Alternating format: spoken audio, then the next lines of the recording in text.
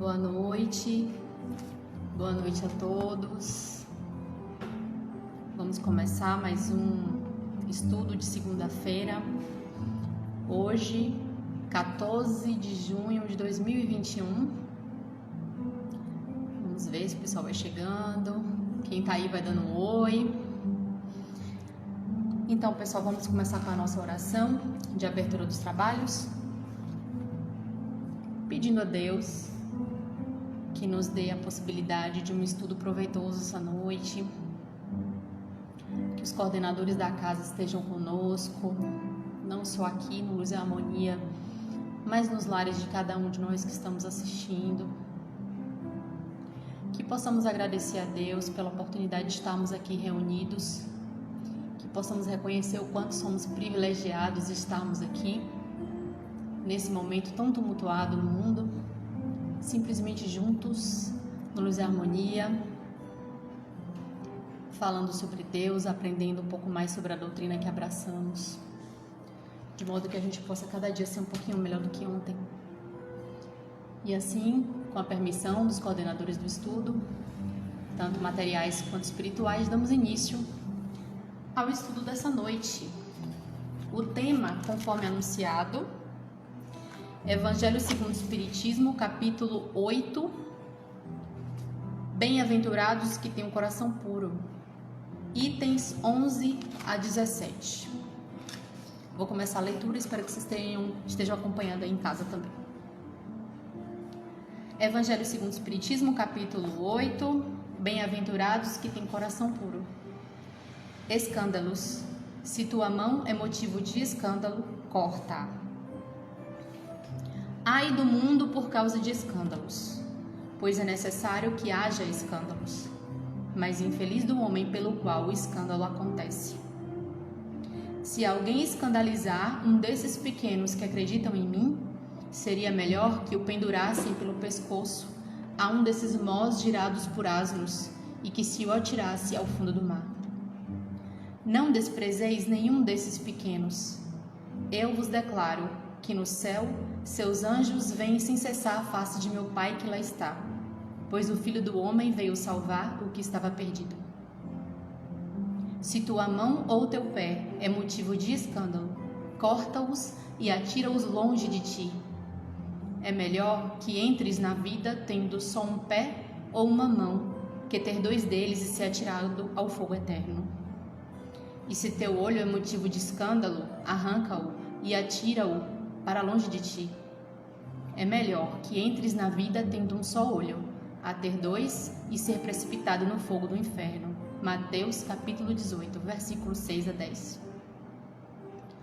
No sentido vulgar, escândalo se diz de toda a ação que choca a moral ou a decência de uma maneira ostensiva. O escândalo não está na ação em si mesma, mas na repercussão que ela pode ter.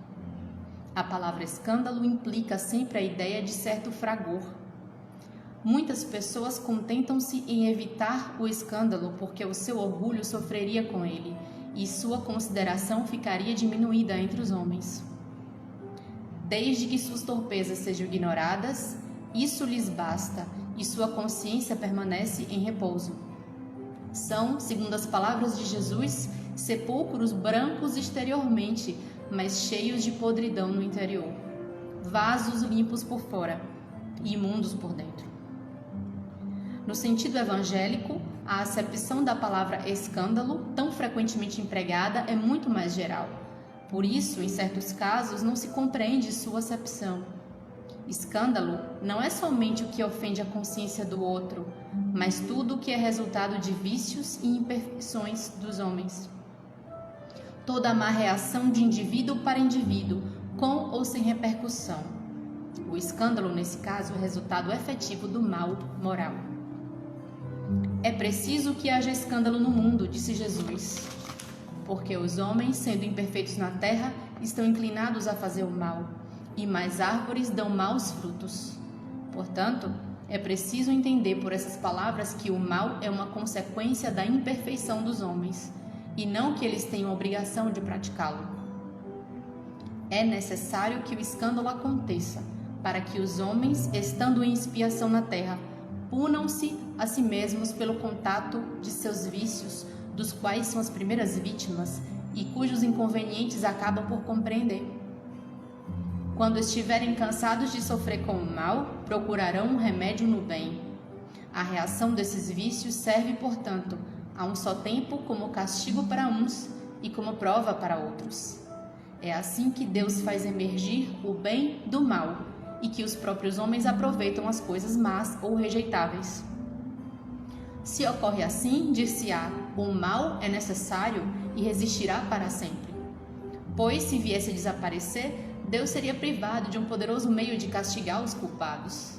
Portanto, é inútil procurar melhorar os homens.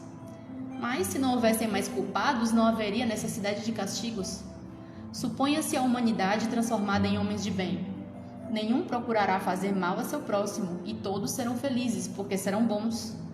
Tal é o estado dos mundos avançados, nos quais o mal foi excluído. Tal será o da Terra quando tiver progredido suficientemente. Mas enquanto certos mundos progridem, outros estão se formando, povoados ainda de espíritos primitivos e que servem, além disso, como habitação, exílio e ambiente expiatório a espíritos imperfeitos, rebeldes, obstinados no mal, rejeitados dos mundos que se tornaram felizes. Mas ai daquele por quem o escândalo acontece. Quer dizer que o mal, sendo sempre o mal, aquele que sem saber serviu de instrumento para a justiça divina e cujos maus instintos foram utilizados, nem por isso deixou de fazer o mal e também deve ser punido. É assim, por exemplo, que um filho ingrato é uma punição ou uma prova para um pai que sofre com ele, porque o pai talvez tenha sido ele mesmo um mau filho que fez sofrer a seu pai e que sofre a pena de talião. Mas o filho não é mais desculpável e deverá, por sua vez, ser castigado através de seus próprios filhos ou de uma outra maneira. Se tua mão te é motivo de escândalo, corta é figura enérgica, que seria um absurdo tomar o pé da letra. Significa simplesmente ser preciso destruir em si toda causa de escândalo, quer dizer, de mal, arrancar de seu coração todo sentimento impuro e todo princípio vicioso. Quer dizer ainda que, para um homem, é preferível ter a mão cortada a tê-la servindo de instrumento para uma má ação. Antes ser privado da vista que ter olhos que servem de fonte para maus pensamentos. Para todo aquele que apanha o sentido alegórico e profundo de suas palavras, Jesus não disse nenhum absurdo. Mas muitas coisas não podem ser compreendidas sem a chave dada pelo Espiritismo. Então, gente, Evangelho lido, capítulo 8. Bem-aventurados os que têm um coração puro, itens 11 a 17. Escândalos. Vamos lá, pessoal. Agora que a gente já fez a leitura do Evangelho, como sempre, nós sempre fazemos a leitura do Evangelho proposto com base em uma orientação que a espiritualidade nos passa. E hoje, a espiritualidade pretende que nós estudemos o tema sob a seguinte abordagem: não existem corpos deficientes, todos são adaptados às necessidades do espírito. Deixa eu aumentar isso aqui, esse zoom, tá bem? Pronto. Todos são adaptados à necessidade do espírito. Então, pessoal, se nós analisarmos com atenção o Evangelho da Noite, nós vamos ver que eles pretendem, a espiritualidade hoje pretende associar os nossos corpos físicos, como eles estão aqui agora, com ações que nós praticamos, chamadas por Jesus como escândalos, na passagem que a gente acabou de ler. Se Jesus disse, portanto, que um órgão deve ser arrancado se ele for motivo de escândalo, para que, uma vez tirado, não nos induza a cometer o mal, podemos pensar com base nessa afirmativa de Jesus, por que é que existem espíritos que encarnam nesse mundo com a atrofia, com a falta, com a perda de alguns dos órgãos? Então, gente, para a gente exercitar, o tema da noite, a gente tem que partir primeiro de algumas premissas, para que a gente possa compreender o que a espiritualidade propõe para a gente hoje, a gente tem que partir de algumas premissas. A primeira delas é que nós espíritas sabemos que nós somos espíritos imortais. que nós somos criados por Deus, lançados ao mundo numa evolução constante, não é isso? E que para isso nós passamos por reencarnações sucessivas, e que aqui na Terra, nós, os espíritos, precisamos de um veículo, uma forma de manifestação nesse mundo, e essa forma é um corpo. Nós, espíritos, precisamos aqui na Terra de um corpo para que a gente consiga se manifestar aqui e aprender nessa escola que é esse planeta. Então, o corpo é um veículo pelo qual nós transitamos no mundo. Imaginem a analogia do escafandro, das roupas de mergulho, né? Da mesma forma que para a gente entrar no mar, nós precisamos de um aparelho que nos permita respirar lá embaixo. Nós, espíritos, como quando chegamos à Terra encarnados, precisamos de uma espécie de roupa especial para que a gente possa se manifestar nesse mundo. E essa roupa é o corpo físico. Sabemos também, nós espíritas, que esse corpo, eles nos são dados por empréstimo. Eles não são nossos. Eles são emprestados. Os corpos físicos vêm do pó e ao pó eles retornam. Nós, espíritos, permanecemos rígidos e voltamos ao mundo espiritual ao fim da nossa jornada encarnatória, para que possamos estar prontos para uma próxima. E quando nós estamos prontos para uma próxima, nós não vemos com o mesmo veículo, nós não vemos com o mesmo corpo. Aquele corpo que a gente utilizou já retornou ao pó. Nós nos utilizamos de um novo corpo. A cada experiência encarnatória, um corpo novo, diferente. Por quê? Porque todas as vezes que nós reencarnamos, nós utilizamos um corpo adequado às necessidades daquela encarnação específica. Por isso que nós temos corpos diferentes, por isso que eles variam. Porque a cada experiência encarnatória eu tenho uma necessidade de aprendizado diferente. Para isso, um corpo diferente, adaptado a essas minhas necessidades. Nós também, espíritas, sabemos, e é outra premissa que a gente tem que partir antes de começar a conversar, nós sabemos também que nós, espíritos, somos ligados a esse corpo físico através de um outro corpo, que é o perispírito. É um corpo mais sutil, semimaterial, que envolve e permite essa ligação desse espírito com este corpo que nós recebemos por empréstimo. Esse corpo perispiritual, ele funciona uma espécie de molde, não é? E ele não fica no corpo físico quando a gente desencarna. O perispírito segue conosco ao mundo espiritual. Deixamos o corpo físico na Terra e voltamos à pátria com o perispírito. E assim, não sei quem está acompanhando, se vocês estão acompanhando aí o estudo do Livro dos Médiuns, né? Que é publicado todas as terças nos grupos de estudo. A gente está falando exatamente sobre perispírito, né? Essas últimas terças-feiras. Quem está vendo vai lembrar, e quem não está vendo pode ir lá no grupo dar uma olhada. Livro dos Médiuns falando sobre perispírito. Então, esse perispírito, esse corpo que liga o nosso espírito ao corpo físico, ele tem um aspecto plástico, um aspecto moldável. E quem é que molda esse perispírito? É o nosso pensamento, é o nosso corpo mental. Então, à medida que nós progredimos, esse corpo perispiritual, ele vai ficando cada vez mais sutil também. A gente vê isso no Evangelho em Limites da Encarnação, né? Quando se pergunta a Kardec quais são os limites da encarnação, há sempre um envoltório sobre o nosso espírito que permite com que a gente reencarne.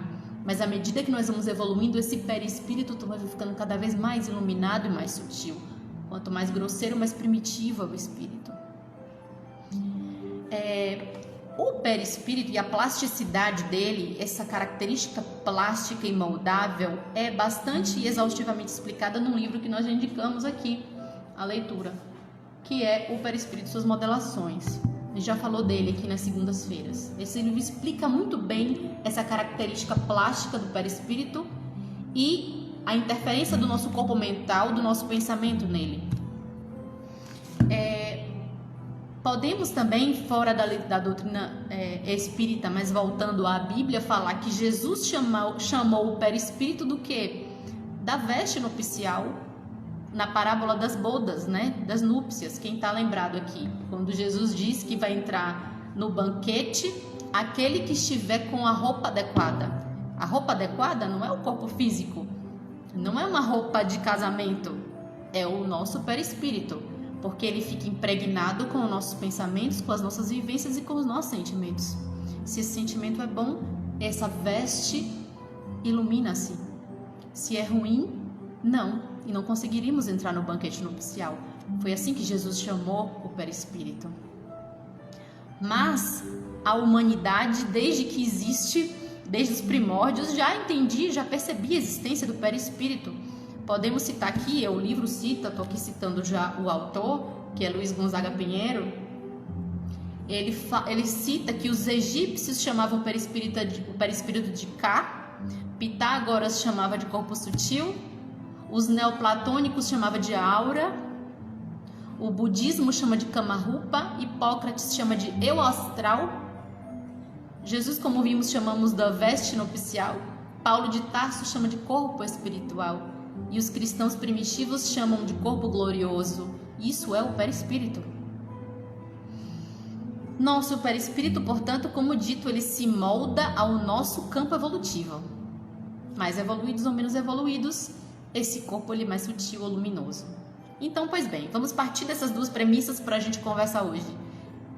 Recapitulando, as duas premissas somos espíritos imortais. Os corpos são utilizados por nós em cada experiência encarnatória. E nós mudamos de corpos à medida que nós voltamos a essas experiências. Os corpos são emprestados, eles não são nossos. E eles se adequam à nossa necessidade daquela encarnação, a necessidade daquele momento. Quando eu olho para alguém e percebo o seu corpo físico, eu não estou vendo quem ele é. Eu estou vendo quais as necessidades dele naquele momento.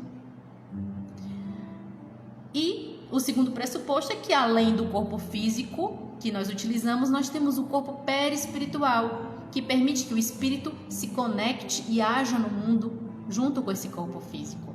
Essas são as duas premissas que nós temos para começar o nosso estudo da noite. Então, gente, para a gente começar, eu proponho a vocês que imaginem algumas situações. Vamos pensar aqui em algumas situações para a gente entender bem o tema e o que a espiritualidade quer para a gente essa noite. Vamos imaginar um exemplo de um espírito qualquer que utilizou da sua inteligência nas últimas encarnações para desencaminhar multidões de pessoas. Utilizando de sua inteligência, criou seitas religiosas ou políticas agressivas, seja pela divulgação ou estímulo de teorias filosóficas destrutivas, e nisso esse espírito possa ter acabado com o futuro de muitas pessoas, de pessoas vulneráveis que acreditaram na proposta dele. A história tem vários casos para nos contar de espíritos que agiram assim. Então imaginem que esse espírito desencarna, se prepara para uma nova encarnação, e aí o que é planejado para ele? Ora, se a sua inteligência foi motivo de escândalo, por ele ter desencaminhado um sem número de pessoas, essa inteligência poderá lhe ser tirada. Se a sua inteligência foi motivo de escândalo, retira-se a inteligência dele na próxima encarnação, para que ele venha com algum problema neurológico, por exemplo, hidrocefalia, paralisia cerebral, dentre outras degenerações neurológicas. Aquele espírito tem uma limitação no corpo que ele não consegue manifestar a inteligência dele, então ele não correrá riscos de, mais uma vez, desencaminhar pessoas e praticar o escândalo, praticar o mal. E aí, pensando sobre isso, o que vocês acham? Vocês acham que é uma grande injustiça que esse espírito reencarne assim, com esse problema? Ou seria uma proteção que Deus concedeu para que ele, nessa nova chance evolutiva, não repita os atos do passado, não promova mais uma vez os escândalos? Esse é o primeiro exemplo que a gente pode pensar. Pensemos no segundo exemplo agora. Digamos que um espírito ou outro cometeu suicídio numa vida passada.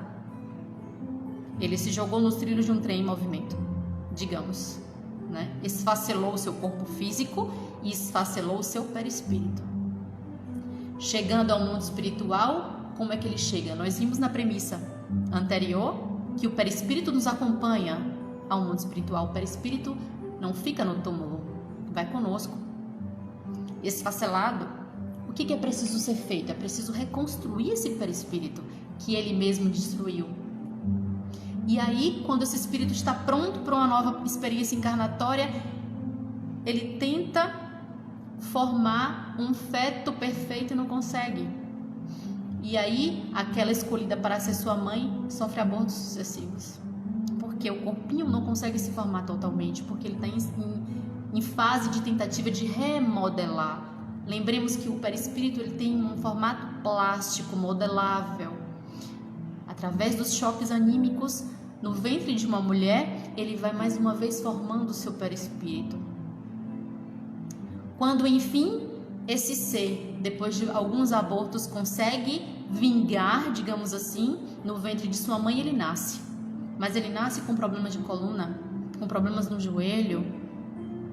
E aí, convido vocês a pensarem comigo, será que é injusto tudo isso? Ou será apenas uma consequência do suicídio que ele cometeu livremente, utilizando o seu livre-arbítrio em outra experiência? Será que não é a bondade divina, mais uma vez, permitindo pacientemente que esse espírito se restabeleça? Um terceiro caso que a gente poderia pensar, convido vocês a imaginarem uma pessoa encarnada na Terra e que tem um corpo sem limitações aparentemente nenhuma limitação. Qual é a sua profissão? Ele comete homicídios por recompensa, um matador de aluguel. Anos seguidos nessa profissão. E um dia que ele estava à espreita de uma vítima, esperando para sacar a arma e atingir, ele escorrega, bate com a cabeça no chão, sofre uma lesão na medula e fica paralítico. Perde os movimentos do corpo de uma forma irreversível. É uma injustiça o que aconteceu? Ou os mentores espirituais encontraram um meio de fazer com que essa pessoa parasse de cometer crimes reiteradamente, parasse de comprometer ainda mais a sua experiência e evolução espiritual? E por fim, um último exemplo para a gente iniciar o nosso estudo. Imaginemos um espírito evoluído, moral, intelectualmente, que não tem o que espiar, mas que tem grandes compromissos com a evolução do planeta. E esse espírito evoluído é convidado para uma missão, reencarnar na Terra. Porém, na experiência física, estão programadas doenças que colocarão esse espírito em prova em relação à sua fé e à sua abnegação. O seu comportamento desse espírito valoroso encarnado em um corpo doente, o seu comportamento de gratidão, de fé, servirá de exemplo para toda a humanidade durante séculos. E então esse ser bom, puro, mas encarnado nesse corpo doente, está sendo injustiçado por Deus? Ou ele está incluído num propósito, num plano de amor e doação por muitos? Então, meus amigos, com esses exemplos, esses 4 exemplos que nós citamos aqui, nós chegamos à pergunta que a espiritualidade quer que nós respondamos essa noite. Alguma dessas pessoas, desses espíritos encarnados, tinham um corpo deficiente? Ou eles tinham um corpo adaptado às necessidades deles? Era necessário que eles tivessem um corpo assim naquela experiência? O primeiro, como a gente viu, que utilizou mal sua inteligência em outras encarnações e vem com limitações na inteligência, esse necessitava vir vulnerável, ele precisava vir com uma limitação para se proteger de si mesmo, do mal que ele poderia cometer. E assim, nessa situação de vulnerabilidade, preso num corpo limitado, ele se permite ser amado, ser tratado, ser acolhido por seus pais. Então as pessoas podem acariciá-lo, podem tocá-lo. Se ele tivesse com todas as faculdades, será que ele permitiria? Provavelmente não. Ele não consegue reagir de forma agressiva porque ele tem uma limitação física. O espírito é o mesmo, mas o corpo é outro, que protege ele de si mesmo. O segundo caso que a gente viu do suicídio, aquele espírito precisava reconstruir o que ele mesmo danificou. O seu perispírito, esse corpo plástico que falamos, ele estava deformado. Ele tinha dado causa àquilo. Pela lei de ação e reação, ele tinha a necessidade de recuperar aquele corpo. O terceiro, como a gente viu, ele nasceu num corpo sem comorbidades. Ele sofreu uma limitação posterior, não programada, mas ele tinha a necessidade de ser contido. Ele estava fazendo muito mal a ele e aos demais, estava se comprometendo nessa vida. E aí, eu vou ler para vocês aqui uma parte desse livro, também indicado para o estudo dessa noite, que é Fisiologia da Alma, de Ramatiz, em que Ramatiz fala de alguém que tem uma limitação no corpo, e ele explica as vantagens para aquela vida dele, daquela situação. Ele fala, por exemplo, de uma pessoa que está na cadeira de rodas nessa encarnação, somente nessa encarnação. E aí ele diz assim, Ramatiz nos fala nesse livro, que a paralisia ou a deformidade que prende esse espírito numa cadeira de rodas ou ao leito de sofrimento obriga ele a uma vida mais psíquica e afasta ele de paixões perigosas, afasta de ilusões que vicejam nos caminhos do trânsito fácil da matéria. O paralítico, então, pode melhor desenvolver os bens do espírito e se instruir mais facilmente, pois bem menores são as suas necessidades materiais, e também sobeja-lhe maior cota de tempo para compensar prejuízos do passado. O que pode parecer aos nossos olhos uma punição ou uma expiação para criaturas ignorantes, nesse caso é apenas a retificação da onda da vida, que estava desarmonizada com a consciência do ser. Então, gente, nós temos que estudar o assunto de hoje pensando assim, esse corpo físico é momentâneo apenas para essa experiência. Somos espíritos imortais. Como dito no começo, o nosso corpo não diz quem somos. Nós não somos esse corpo. Ele é apenas o retrato de uma necessidade pontual, momentânea. Essa necessidade de agora. Então o Ramatiz chama a nossa atenção dizendo que é ignorância nossa pensar que Deus está punindo alguém. Deus não está punindo ninguém. Muito pelo contrário. E mesmo nesse último exemplo, né, dos 4 que falamos aqui, desse espírito luminoso que reencarnou num corpo doente, ele tinha essa necessidade de cumprir uma missão pelos outros. Então nem sempre um corpo doente demonstra um espírito atrasado. Não tem nada a ver. Depende da sua necessidade naquele momento. Então, meus amigos, a gente percebe, né, que o convite que a espiritualidade nos faz essa noite é que a gente nunca mais esqueça que não existem injustiças, nem existem corpos errados, nem existem corpos defeituosos. Existem corpos compatíveis com as minhas necessidades. E todos esses corpos refletem a generosidade e a bondade de Deus. Podemos afirmar ainda, de acordo com a abordagem que a espiritualidade nos propõe essa noite, afirmar que todo corpo limitado ou doente decorre de um escândalo. Mas como assim decorre de um escândalo? Vocês acabaram de falar de um exemplo de um ser luminoso que estava num corpo doente. Que escândalo ele promoveu? Bom, ele não promoveu nenhum, mas ele veio para salvar aqueles que promovem escândalos, mostrando na abnegação, no desprendimento e na gratidão por Deus apesar do corpo, que ele venceu as limitações do corpo. Ele é um exemplo para as pessoas. Eu sei que a palavra escândalo, ela parece pesada nesse contexto, né? Porque o evangelho que a gente leu, ele pode ter várias interpretações, mas a espiritualidade quer que a gente interprete sobre essa via hoje, a questão dos corpos. É esse o nosso tema, essa a nossa visão do evangelho. Então, a gente poderia substituir a palavra escândalo nesse caso simplesmente pela palavra ação. Dito de outro modo, todo corpo limitado ou doente reflete uma ação que aquele espírito promoveu. que o espírito que habita nesse corpo promoveu, seja uma ação que precisa ser reparada, seja uma missão.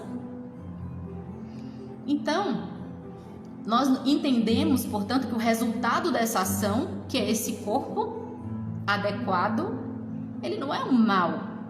A gente é que vê o mal nas coisas. É apenas consequência do uso do nosso livre-arbítrio. E é misericórdia divina possibilitando ajustes. É só isso. Também, para fins da gente entender bastante o tema, nós também podemos lembrar a tão propagada palavra karma, né? Quando diz assim, é karma, né? Karma também em sânscrito quer dizer simplesmente ação. O que é o karma? É a ação e o resultado da ação. Que tipo de ação nós vemos cometendo? Que tipo de coisas nós vemos fazendo? O que a gente colhe depois? É isso que é um karma. Não necessariamente ele é mal. Então, gente, as ações, nossas ações, são o que chamamos de lei de causa e efeito. Simples. E nós já falamos sobre isso em vários encontros aqui da segunda-feira, né? Principalmente quando a gente falou de justiça das aflições. A gente falou disso em novembro. Quando a gente falou de justiça das aflições, a gente até discorreu um pouco mais sobre esse livro, que eu não vou fazer aqui agora para não parecer repetitivo, mas recomendo que a gente estude isso também. Quando a gente falava sobre justiça das aflições, a gente falava, né, que tudo que nós chamamos de aflições não são aflições. Na verdade, são misericórdia de Deus. Possibilidades de reparação, de ajuste. Então, acho que isso está bem claro para a gente. Eu acho que isso está muito claro. A questão é, o que a gente faz com esse conhecimento? O que a gente ganha em saber que um corpo limitado por uma doença ou por uma atrofia reflete uma necessidade de aprendizado do espírito? Em primeiro lugar, o que a gente ganha? A gente coloca a nossa atenção na necessidade que a gente tem de mudar as nossas ações. Se eu tenho uma limitação no meu corpo, seja ela na aparência física, seja dentro dos meus órgãos, alguma doença que eu tenha, alguma limitação que eu tenha, eu não tenho que ficar pensando, o que será que eu fiz para estar agora com isso? Eu não tenho que estar olhando para trás, eu tenho que olhar que eu estou plasmando o meu corpo do futuro. É isso que o Evangelho está dizendo. Hoje nós estamos aqui com o corpo que cada um de nós temos por uma necessidade nossa. Qual é o próximo que eu quero? Depende das minhas ações.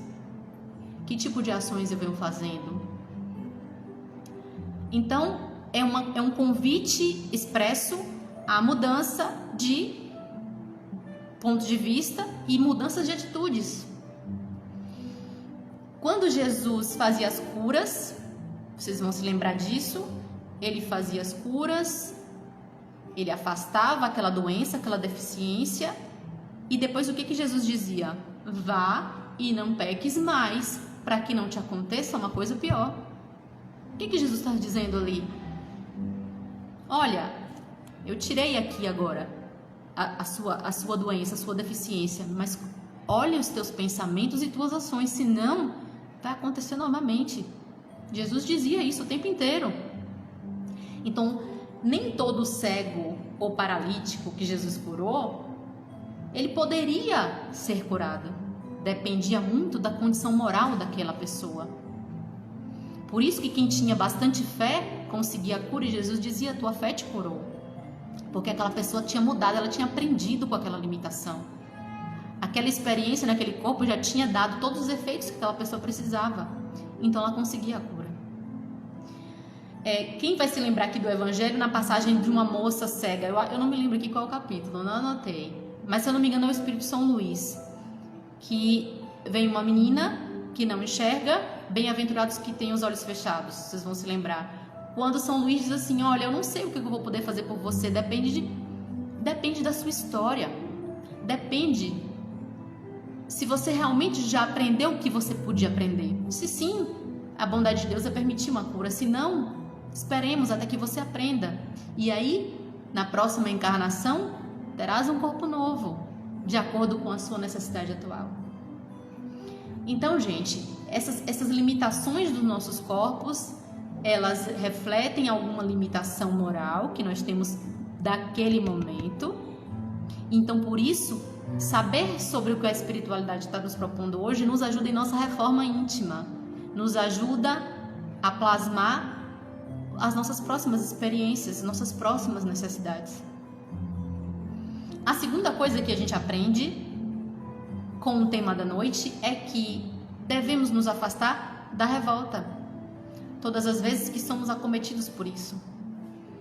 Tanto uma limitação de nascença quanto uma limitação adquirida, não importa. Sabermos lidar com a revolta. Percebermos que na verdade tudo é graça divina.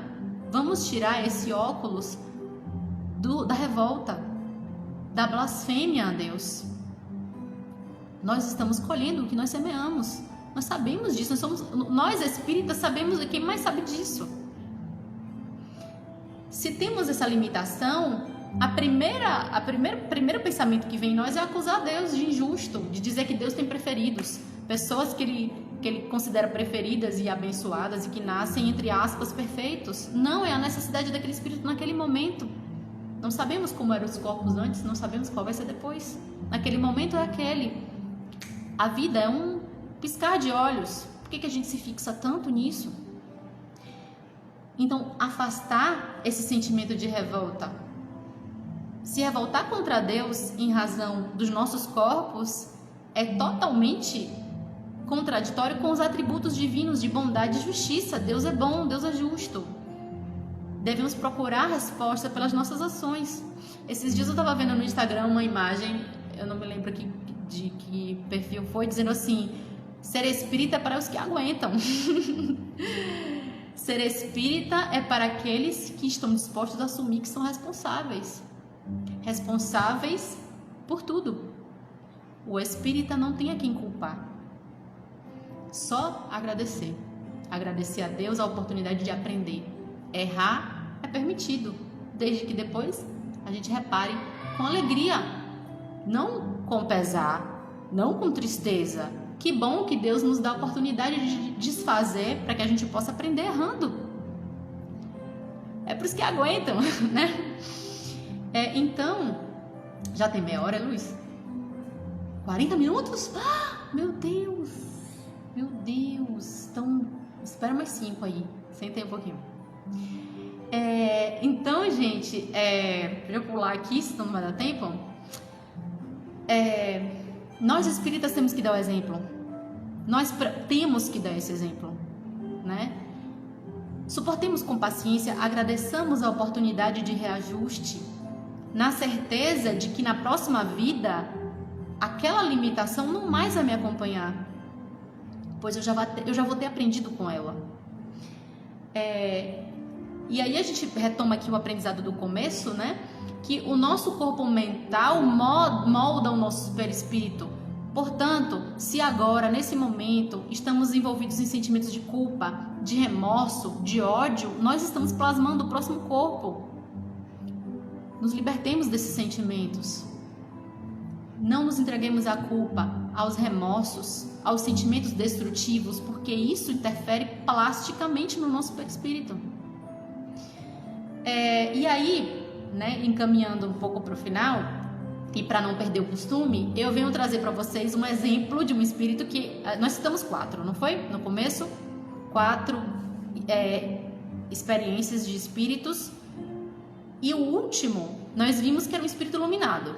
Um espírito iluminado que encarnou em um corpo doente, deficiente, para dar lição ao mundo, inclusive para mudar o cristianismo de seu tempo.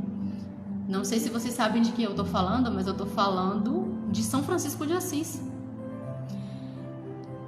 Quando São Francisco de Assis era apenas um jovem que tinha sonhos de ser um soldado, chegou a lutar, né, numa guerra de sua cidade de Assis contra outra, foi preso e com 1 ano de prisão ele adquiriu um monte de doença, várias doenças que acompanharam ele para a vida inteira. Doenças no baço, no fígado, no estômago, intestinais, febres que não tinham cura, e ele convivia com essas doenças ainda muito jovem até o seu desencarne. Dizem também que ele adquiriu uma doença ocular, né? Era uma espécie de cegueira, que ele lacrimejava o tempo todo sem parar e tinha sensibilidade à luz. Ele usava um capuz para conseguir andar, porque a luz incomodava ele. Praticamente cego, com problemas vários, inclusive o seu problema de estômago gerou um tumor, ele teve um câncer. São Francisco de Assis. Mas é o exemplo da doçura, é o exemplo, depois de Jesus, considerado o ser mais iluminado que já passou por aqui, depois do Cristo. Até porque a sua missão era justamente repetir o que o Cristo fez, né? Diante das religiões baseadas na opulência, ele disse: não, Jesus não era assim, eu vou viver como ele. Entregou sua herança, foi viver com os pobres, foi tratar dos leprosos, doente. E São Francisco tem todo esse apelo poético e artístico que nós sabemos, de amar as coisas, de amar a natureza, de ver o lado bom. São Francisco não tinha nada, ele não tinha nada de material, e ainda por cima um corpo doente. E ele era amigo dos animais, da natureza, das criaturas em geral. E doente, quase moribundo, numa casa de palha, cego, com tumores e cercado de ratos. Diz isso, quem diz são os historiadores, até porque estamos falando do século XIII, né, num ambiente onde não tinha tantas condições. Ele escreveu o que chamamos de Cântico das Criaturas. E eu vou passar aqui para vocês, rapidinho, para a gente finalizar, esse Cântico das Criaturas, escrito por São Francisco, nessa situação de doença, em que ele só louvava e agradecia a Deus. Por isso, ele é um exemplo para nós, quando a gente se reclamar das nossas limitações, das nossas doenças, de tudo que nos acontece. Tá engatilhado aí, Luiz? Eu vou passar aqui para vocês, prestem atenção como ele, doente, somente agradecia a Deus pelas coisas simples e que são dadas de graça por Deus. Deixa eu ver se eu consigo aqui. Não, feito, Luiz. Aqui. Pronto. Pode colocar. Ouçam e vejam. Irmãos, irmãs, paz e bem. Cântico das Criaturas, escrito por São Francisco de Assis. Altíssimo, onipotente, bom Senhor, Deus, são o louvor, a glória, a honra e toda a bênção. Louvado sejas, meu Senhor, com todas as tuas criaturas, especialmente o Senhor Irmão Sol, que clareia o dia e que com a sua luz nos ilumina. Ele é belo e radiante, com grande esplendor de ti, Altíssimo, é a imagem. Louvado sejas, meu Senhor, pela irmã Lua e pelas estrelas que no céu formaste, claras, preciosas e belas. Louvado sejas, meu Senhor, pelo irmão Vento, pelo ar e pelas nuvens, pelo sereno e por todo o tempo em que dás sustento às tuas criaturas. Louvado sejas, meu Senhor, pela irmã Água, útil e humilde, preciosa e casta. Louvado sejas, meu Senhor, pelo irmão Fogo, com o qual iluminas a noite. Ele é belo e alegre, vigoroso e forte. Louvado sejas, meu Senhor, pela nossa irmã, a Mãe Terra, que nos sustenta e governa, produz frutos diversos, flores e ervas. Louvado sejas, meu Senhor, pelos que perdoam pelo teu amor e suportam as enfermidades e tribulações. Louvado sejas, meu Senhor, pela nossa irmã, a morte corporal, da qual homem algum pode escapar. Louvai todos e bendizei o meu Senhor, dai-lhe graças e servi-o com grande humildade.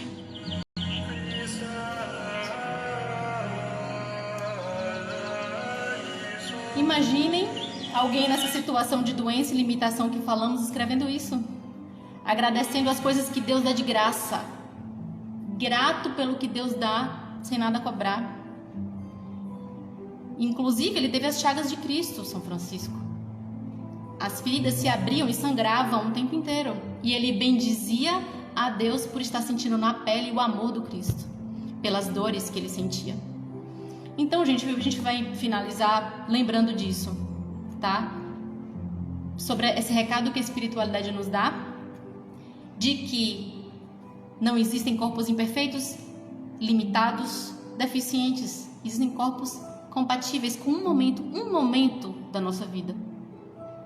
Como espíritos imortais, um pequeno momento num corpo que vai me trazer um aprendizado. É apenas isso. Ainda mais nesse momento pandêmico que nós estamos vivendo, não importa como nos acometam as doenças. Tenhamos certeza que Deus é bom e justo e devemos agradecer as oportunidades de reajuste que nós temos, para que na próxima vida nós podemos ter necessidades e experiências diferentes. Coloquemos a nossa vida na mão do Pai. Confiemos como Francisco confiou. Um abraço a todos, muita paz. Agradeço a paciência. Vamos lá, próxima segunda-feira, Evangelho segundo o Espiritismo, capítulo 20, os trabalhadores da última hora, item 2, os últimos serão os primeiros. Vamos fazer a oração de encerramento, agradecendo a Deus pela oportunidade nos dada essa noite de aprendizado, por nos fazer perceber que somos responsáveis por nós mesmos e pelo que nos acontece, e que da parte de Deus existe só acolhimento, existe só oportunidades, existe só amor. Somos privilegiados por estarmos nessa experiência.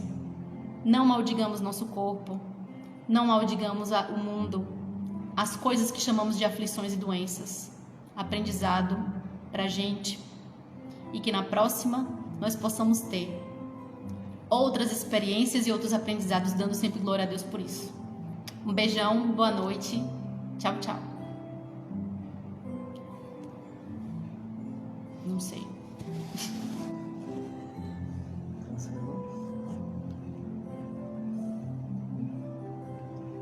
Encerrar. E aí, vai salvar? Vai salvar.